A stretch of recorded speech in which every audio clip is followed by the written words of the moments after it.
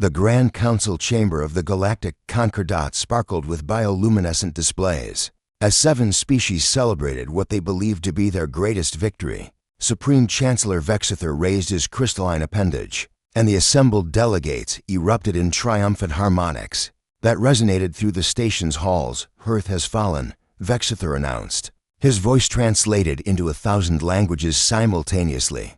"The human infestation has been cleansed from the galaxy." On the viewing screens, the smoking ruins of Earth's orbital defense platforms drifted in silent testament to the Concordat's overwhelming assault. The planet below lay dark, its cities silent, its communications dead. 300 warships had descended upon humanity's homeworld like a cosmic storm, and now nothing remained but debris and ash. Nancy Chen floated in the cold darkness of the void, her combat suit's life support counting down its final hours. Through her cracked visor, she could see the fragments of Defense Station Galileo spinning away into the black. She had been a communications officer, 23 years old, fresh from the academy. Now she was one of the last survivors of Earth's defense force, drifting among the corpses of her comrades and the wreckage of humanity's desperate last stand. "If anyone can hear this," she whispered into her suit's emergency beacon. Knowing it was futile, "This is Lieutenant Nancy Chen. Service number 77429. Earth's orbital defense has fallen. They're bombarding the surface. We failed." Her oxygen indicator blinked red. 30 minutes remaining, 800 light-years away. In a region of space, the Concordat's charts labeled as the dead zone. Something stirred in the darkness.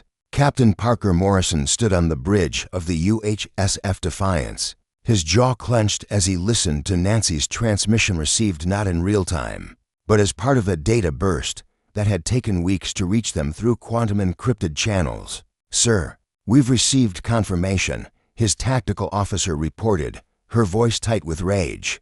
"All 73 colony worlds have gone dark. The Concordat didn't just attack Earth, they hit everything. Every human settlement, every outpost, every research station." Parker's hands gripped the command chair's armrests until his knuckles turned white. Around him, the bridge crew of the Defiance maintained their stations with grim determination.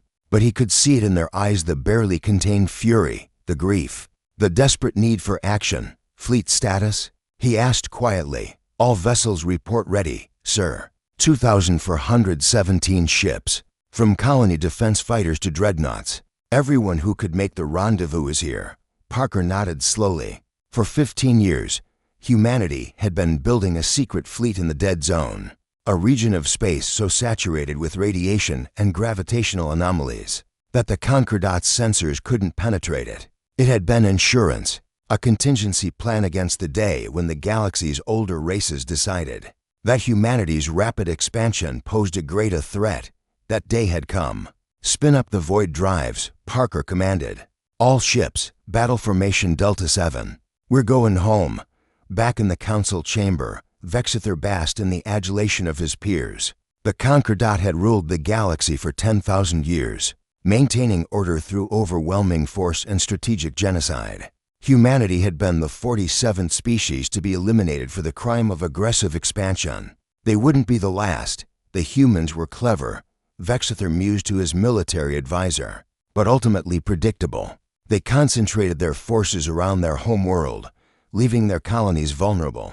Their emotional attachment to their birthplace was their downfall. Indeed, Supreme Chancellor, our projections show complete pacification within. The advisor's words died as every alarm in the council chamber suddenly shrieked to life. "Report." Vexither demanded. "Massive gravitational anomalies detected." A sensor technician called out, her voice rising in panic. "Multiple contacts emerging from void space. Distance, 200,000 kilometers and closing. Configuration, military formation." "Impossible," Vexither hissed. "We destroyed their fleet. We watched their defenses crumble." On the tactical displays, red icons began materializing in the space around the council station. Dozens, hundreds, thousands. The human fleet had arrived. Parker stood as his ship materialized into real space, the Defiance leading a wall of human warships that stretched across the void, like an avenging angel's wings. Around him, the rest of the fleet emerged from the quantum foam, their void drives creating brief tears in spacetime that looked like wounds in reality itself. All ships, Parker transmitted across the fleet channel, weapons free. Show them what happens when you mistake human compassion for human weakness. The battle that followed would be recorded in galactic history as the reckoning of Concordat Station. Human ships, built with technology scavenged and reverse-engineered from a dozen alien species, supplemented with innovations the galaxy had never seen, tore through the Concordat's forces like a plasma torch through paper. Rail guns accelerated projectiles to relativistic speeds. Fusion missiles blossomed like deadly flowers. Point defense lasers created webs of light that shredded fighter squadrons. And at the center of it all, the human dreadnoughts advanced with implacable determination. Their armor designed not just to withstand punishment, but to deliver it in overwhelming measure. Vexither watched in horror as his carefully constructed empire began to crumble. The species that was supposed to be extinct, the primitive humans who should have been erased from existence, had instead emerged from the void with a fury that defied comprehension. Surrender. Parker's voice echoed through the council chamber as human marines breached the station's hull. Surrender or be destroyed. Those are your only options. Vexither's crystalline form seemed to dim. How? We destroyed your homeworld. We saw it burn. You saw what we wanted you to see. Parker replied coldly. Did you really think we'd keep our entire population on one planet?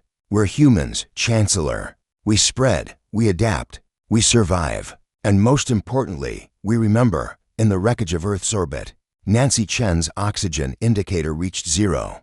But before her consciousness faded, her suit's emergency beacon registered an incoming signal.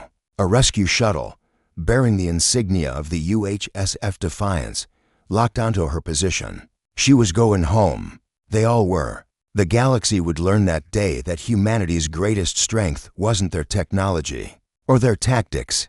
It was their refusal to accept extinction, their unwavering commitment to each other, and their absolute certainty that no matter how dark the void, no matter how overwhelming the odds, they would always find a way to fight back. The Council had celebrated Earth's fall. They would spend the next century regretting it.